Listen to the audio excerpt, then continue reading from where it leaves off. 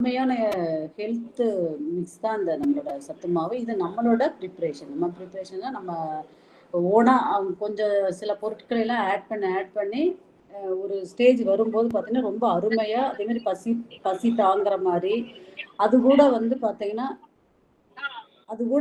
நம்ம மற்ற வெஜிடபிளையும் போட்டு சாப்பிட்ற மாதிரியான ஒரு டிஷ் தான் இந்த சத்து மாவு. இதுக்கு நம்ம என்னென்னலாம் போட்டுக்கலாம் அப்படிங்கிறத பார்க்கலாம். இதில் வந்து பார்த்தீங்கன்னா கிரைன்ஸ், பயறு வகைகள் வந்துடும், தானிய வகைகள் வந்துடும். அடுத்து வந்து பார்த்தீங்கன்னா நமக்கு வந்து அதில் தானிய வகைகள் வந்துடும், பயறு வகைகள் வந்துடும். அதே மாதிரி பார்த்தீங்கன்னா சில நமக்கு வயிறுக்கு ஒவ்வாமல் இருக்கிறதுக்கு வந்து சிலவங்களுக்கு அந்த பயம் இருக்கும்.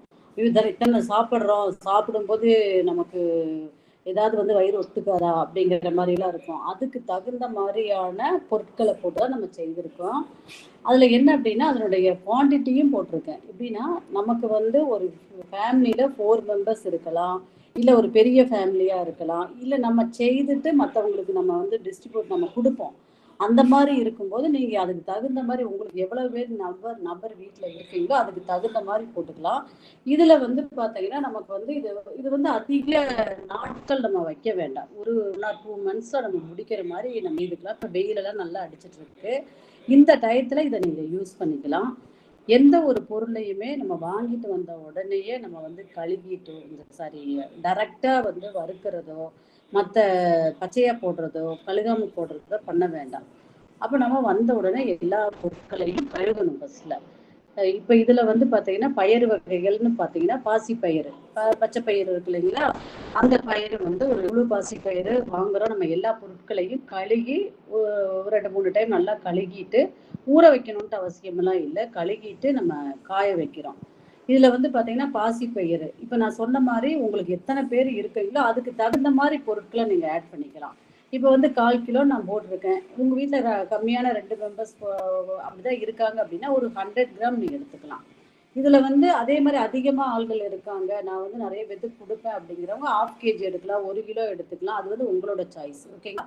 இப்போ இதில் வந்து நான் ஒரு 1/4 கிலோ, இது வந்து ஒரு 6 பேர் இருக்கிற வீட்டுக்கு வந்து நம்ம ஒரு 2 மந்த்ஸ்க்கு நம்ம வச்சுக்கலாம்.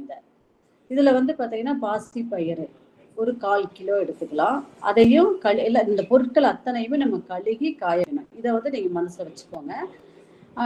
மற்றபடி வந்து பார்த்தீங்கன்னா இதில் கருப்பு முழு உளுந்து, தானியங்கள் எல்லாத்தையுமே தோலோடையே நீங்கள் சேர்த்துக்கணும். நம்ம வந்து இதில் வந்து உடைச்ச உளுந்தோ இல்லை பாசி பருப்போ இந்த மாதிரியெல்லாம் நம்ம எடுக்க வேண்டாம். எல்லாமே முழுசாக இருக்கிற பொருட்களை நம்ம எடுத்துக்கணும். கருப்பு முழு உளுந்து 1/4 கிலோ, கருப்பு சுண்டல் 1/4 கிலோ, வெள்ளை சுண்டல் 1/4 கிலோ, பச்சை பட்டாணி 1/4 கிலோ, வெள்ளை பட்டாணி, பட்டாணியிலேயே ஒயிட் இருக்கும், அது நிலக்கடலை, பச்சை நிலக்கடலை வாங்கணும். நம்ம வந்து வறுத்த நிலக்கடலை வாங்கக்கூடாது, அதில் மணலில் போட்டு வறுத்துருப்பாங்க, கல்லெல்லாம் வரும். அதனால வந்து நம்ம பச்சை நிலக்கடலை எடுத்துக்கலாம். அடுத்து காராமணி தட்டைப்பயிறு ஒரு 1/4 கிலோ, கொள்ளு 1/4 கிலோ, பொட்டுக்கடலை முழு பொட்டுக்கடலையாக இருக்கணும் 1/4 கிலோ, முந்திரி 1/4 கிலோ, பாதாம் 1/4 கிலோ, சோயா பீன்ஸ் அப்படிங்கிறது சோயா சங்க்ஸ் இல்லை, சோயா பீன்ஸ் அந்த வெள்ளை கலரில் தட்டைப்பயிறு மாதிரியே இருக்கும். அது ஒரு 100 கிராம் போதும். அது வந்து ரொம்ப அதிகமாக போட்டோம்னா நமக்கு அந்த ஸ்மெல்லு வரும். அதனால சோயா வந்து ஒரு 100. அதே மாதிரி இப்போ வந்து இது அத்தனையுமே பயறு வகைகள் பார்த்தோம். கிட்டத்தட்ட 13 வகையான பயறு வந்துருச்சு உங்களுக்கு. பொட்டுக்கடலை அடிஷ்னல், நிலக்கடலை அது பச்சை தான். அப்போ அந்த பொட்டுக்கடலையை தவிர மற்றது அத்தனையுமே வந்து உங்களுக்கு முழுசாக கிடைச்சிடும். இந்த பொட்டுக்கடலை, முந்திரி, பாதாம்னா டேஸ்ட்டுக்கு தான் நம்ம போடுறோம். ஓகேங்களா? அடுத்து வந்து தானிய வகைகள் பார்த்தோம்னா வரகு. இப்போ நம்ம மில்லட்டு வரகு ஒரு 1/4 கிலோ, தினை 1/4 கிலோ, சாம 1/4 கிலோ, குதிரைவாளி 1/4 கிலோ, பனிவரகு அப்படின்னு அது வந்து வரகோட ஃபேமிலி தான். பனிவரகு ஒரு 1/4 கிலோ. அடுத்து வந்து கம்பு எல்லாத்துக்கும் தெரியும், அது வந்து நாட்டு கம்பாக இருந்தால் ரொம்ப நல்லாயிருக்கும், 1/4 கிலோ. சோளம், சின்ன சோளம், வெள்ளை சோளம்னு சொல்லுவாங்க, சோளம் 1/4 கிலோ. ராகி 1/4 கிலோ. கோதுமை, ஊசி கோதுமை அப்படிங்கிறது நீளமாக இருக்கும். நம்ம இந்த இதில் வந்து பார்த்தீங்கன்னா நம்ம நார்மலாக வந்து மாவு பிடிக்கிறதுல வந்து பார்த்தீங்கன்னா குளூட்டன் அதிகமாக இருக்கும். இது குழந்தைகளுக்கெல்லாம் கொடுப்பாங்க, நீளமாக வரும். அந்த கோதுமை 1/4 கிலோ வாங்கிக்கலாம். அது முடிஞ்சு அரிசி வகைகள் எல்லாம் ஆர்கானிக் ஸ்டோரில் கிடைக்கும். இது வந்து ஆப்ஷனல் தான். உங்களுக்கு வந்து இதில் வந்து உங்களுக்கு தெரிஞ்ச அரிசி கவுனி அரிசியும் மாப்பிளச்சம்பா இருக்கும். அப்புறம் இந்த காரை அரிசி, அந்த ரெட் கலரில் ஃபுல்லாக கவர்டாக இருக்கும் ஒரு அரிசி. இந்த அரிசி தான் நமக்கு தெரியும். மற்றது எல்லாமே வந்து புதுசாக இருக்கும் சிலவங்களுக்கு, சிலவங்க அதை வந்து யூஸ் பண்ணிட்டு இருக்கவங்களா கூட நிறைய பேர் இருப்பீங்க. அதனால இது ஆப்ஷனல் தான். இதெல்லாம் போட்டோம்னா கொஞ்சம் நமக்கு வந்து டேஸ்ட்டுக்கு வேண்டியதான் நம்ம இதை போடுறோம். அது இல்லாமல் இதில் வந்து நிறைய ஃபைபர் கண்டென்ட் இருக்குது. இந்த அரிசியில் எல்லாமே வந்து பார்த்திங்கன்னா பாலிஸ்டாக இல்லாமல் அதில் ஃபைபர் இருக்கிறனால தான் இந்த அரிசியை வந்து போட்டிருக்கோம். இதில் வந்து கவுனி அரிசி 100 கிராம் போதும், மூங்கில் அரிசி 100 கிராம், பூங்கார் அதெல்லாமே அரிசி தான், அதில் ஒரு 100 கிராம், காட்டு யானம் அது ஒரு 100 கிராம், குடவாழை அதெல்லாமே வந்து நீங்கள் ஆர்கானிக் ஸ்டோரில் போனீங்கன்னா இது நான் ஒரு 7-8 தான் எடுத்திருக்கேன். கிட்டத்தட்ட 10-13 வகையான அரிசிகள் நான் பார்த்தேன். அதில் நான் இது செலக்ட் பண்ண அரிசி இவ்வளோதான், இதுதான் செலக்ட் பண்ணி எனக்கு எடுத்தது. கருங்குருவை ஒரு 100 கிராம், மாப்பிள்ளை சம்பா ஒரு 100 கிராம், காரை அரிசி. காரை அரிசி அப்படிங்கிறது நம்ம கேரளா ரைஸ் மாதிரியே இருக்கும், பட் ஃபுல்லாக கவர்டு ரெட் கலரில், அந்த காவி கலரில் இருக்கும், அதான் காரை அரிசி, அது ஒரு 100 கிராம். மக்காச்சோளம், நம்மளோட கான் வந்து போடலாம், அதெல்லாமே டேஸ்ட்டுக்கு தான். மக்காச்சோளம் ஒரு 100 கிராம். எள்ளு அப்படிங்கிறது கருப்பு எள்ளும் போடலாம், கல் அதிகமாக இருக்கிற மாதிரி இருந்துச்சுன்னா நம்ம வந்து வெள்ளை எள்ளுமே நம்ம எடுத்துக்கலாம், ஒரு 100 கிராம். ஓமம் இதெல்லாமே எதுக்கு அப்படின்னா, இத்தனை பயிர் வகைகளை நம்ம போடுறோம், வயிற்றுக்கு ஏதாவது ஒத்துக்காது அப்படிலாம் நம்ம மைண்டில் அப்படிதான் இருக்கு, அதனால இதை போடுறோம். ஓமம் ஒரு 100 கிராம்.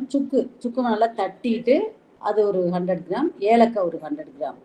அதுக்கு எல்லாமே லாஸ்ட்ல வந்து வசம்பு, நம்ம இந்த குழந்தைங்க பிறந்துச்சுன்னா வீட்டில் குழந்தைகளுக்குலாம் நம்ம வந்து உரைச்சி வாயில் வச்சு கொடுப்பாங்க, வசம்பு அப்படின்ட்டு ஒரு மரக்கட்டை மாதிரி வரும், 2 துண்டு. இதை நீங்கள் எடுத்துட்டு இதை வந்து நம்ம வந்து கரெக்டாக உடைச்சிட்டு இதில் ஆட் பண்ணணும். இப்போ இந்த பொருட்களை எல்லாம் நீங்கள் வாங்கிக்கோங்க. வாங்கிட்டு நம்ம தானிய வகைகள், அரிசி வகைகள், இதை அத்தனையுமே வந்து நம்ம பயிர் வகைகள் இது அத்தனையும் நம்ம கழுகணும். ஃபர்ஸ்ட்ல கழுகி, கொஞ்சம் மெனக்கடல் தான், பட் கழுகி நம்ம அப்படி செய்தோம்னா நமக்கும் வந்து சாப்பிடும்போது ஒரு இது இல்லாமல் இருக்கும், நம்ம அப்படியே வாங்கிட்டு வந்து வறுத்து அப்படி பொடிக்க முடியாது. அதனால நீங்கள் இதை வந்து கழுகி காய வச்சுட்டு, அப்புறம் நம்ம இதை வந்து ஊற வச்சு முளைக்கட்டி பண்ணால் ரொம்ப நல்லது. ஆனால் சீக்கிரமாக பூச்சி வந்துடும், அதனால நாங்கள் அந்த இதுக்கெல்லாம் போகிறது இல்லை. நம்ம வறுக்கிறோம், ஒரு இரும்பு கடாய் இருந்துச்சுன்னா எடுத்து அதில் தனித்தனியாக வறுத்துக்கோங்க. கொஞ்சம் லேட் ஆகும், பட் பரவாயில்ல, கொஞ்சம் கொஞ்சமாக. இது நம்ம குவான்டிட்டி கம்மியாக பண்ணுறதுனால அவ்வளோ இதெல்லாம் இருக்காது. யாரோ ஒருத்தவங்க ஹெல்ப்புக்கு வச்சுக்கிட்டு நம்ம ஒன்றொன்னா வறுத்து எடுக்கணும். வறுத்துட்டு காய வச்சு வறுத்து ஆறுன பின்னாடி நம்ம மில்லில் கொண்டு போய் பொடிச்சு கொண்டு வந்து வச்சு நம்ம ஸ்டோர் பண்ணி வச்சுக்கலாம். இது வந்து கெட்டும் போகாது. இந்த மாவை நம்ம ரெடி பண்ண பின்னாடி இந்த மாவை வச்சுட்டு என்னென்ன மாதிரி எல்லாம் செய்யலாம் அப்படின்னா, நமக்கு வந்து பார்த்தீங்கன்னா வயசானவங்க வீட்டில் இருக்காங்க, எனக்கு ஒன்றுமே சாப்பிட முடியல அப்படிங்கிறவங்களுக்கு கஞ்சி காய்ச்சி கொடுக்கலாம். கஞ்சி காய்ச்சும் போது நம்ம ஒரு கரெக்டாக ஒரு கிளாஸ் தண்ணி எடுத்து நீங்கள் அடுப்பை கொதிக்க வச்சுட்டு இன்னொரு கிளாஸில் ஒரு ஸ்பூன் மாவு எடுத்து தண்ணியில் கலக்கிடணும். ஏன்னா டைரெக்டாக ஹாட் வாட்டரில் போடும்போது நம்ம கட்டி கட்டியாக ஆகிடும். அதனால இன்னொரு கிளாஸில் கலக்கிட்டு அதை ஊற்றி நம்ம கஞ்சி மாதிரி கூழ் மாதிரி காய்ச்சலாம். காய்ச்சிட்டு இப்போ இந்த சுகர் பேஷண்ட்லாம் இருக்காங்க பார்த்தீங்களா, இவங்களுக்கெல்லாம் அந்த முள்ளங்கி இருக்கு இல்லைங்களா, முள்ளங்கியை ஒரு முள்ளங்கி, பச்சை முள்ளங்கி எடுத்து துருவணும். துருவிட்டு அந்த சூடு அந்த கஞ்சியில் போட்டு அப்படியே சாப்பிடலாம். ஸோ அது வந்து ஒரு நேரத்தை மீல். நம்ம தனியாக சுகர் பேஷண்ட்டுக்கு வந்து கூலாக கொடுக்கக்கூடாதுன்னு சொல்லுவாங்க டாக்டர்ஸை. அப்போ நம்ம இந்த மாதிரி வந்து நம்ம கஞ்சி வச்சு கொடுக்கலாம். இதே மாவில் குழந்தைங்க வீட்டில் இருந்து அந்த குழந்தைகளுக்கெல்லாம் வந்து சாப்பிட்டா கஞ்சியெல்லாம் குடிக்க மாட்டாங்க. இதில் கொஞ்சம் நம்ம வந்து நட்ஸ் எல்லாம் போட்டு கொஞ்சம் சர்க்கரை, கரும்பு சர்க்கரையெல்லாம் போட்டுட்டு உருண்டை மாதிரி, சத்து மாவு உருண்டை சொல்கிறோம் இல்லைங்களா, லட்டு மாதிரி, அந்த மாதிரி நம்ம செய்து கொடுக்கலாம். அடுத்து வந்து நம்ம செய்கிற தோசை மாவு, அந்த மாவில் வந்து கொஞ்சமாக போட்டுக்கணும். ஏன்னா இது வந்து வறுத்ததுனால நமக்கு வந்து டைரெக்டாக தனியாக நம்ம செய்ய முடியாது, தோசையெல்லாம் பிஞ்சிட்டு வந்துடும். அதனால் கொஞ்சமாக ஆட் பண்ணி தோசை மாவு கூட இதை ஒரு கரண்டி, ஒரு ஸ்பூன் ஆட் பண்ணி தோசை ஊற்றலாம். அதே மாதிரி அடை செய்யலாம். அடை செய்யும்போது கோதுமை மாவு கொஞ்சம் எடுத்துட்டு அதில் இந்த மாவையும் மிக்ஸ் பண்ணிட்டு நம்ம அடையும் பண்ணலாம். இது மாதிரி மல்டி பர்பஸ் இதில் நம்ம பண்ணலாம். நான் கொலக்கட்டை அதே மாதிரி அடைனா இந்த வெஜிடபிள்லாம் போட்டு நம்ம செய்யறோம்னா அதுக்கு வந்து டைரெக்டாகவே 2-3 ஸ்பூன் மாவு போட்டு அது செய்யலாம்.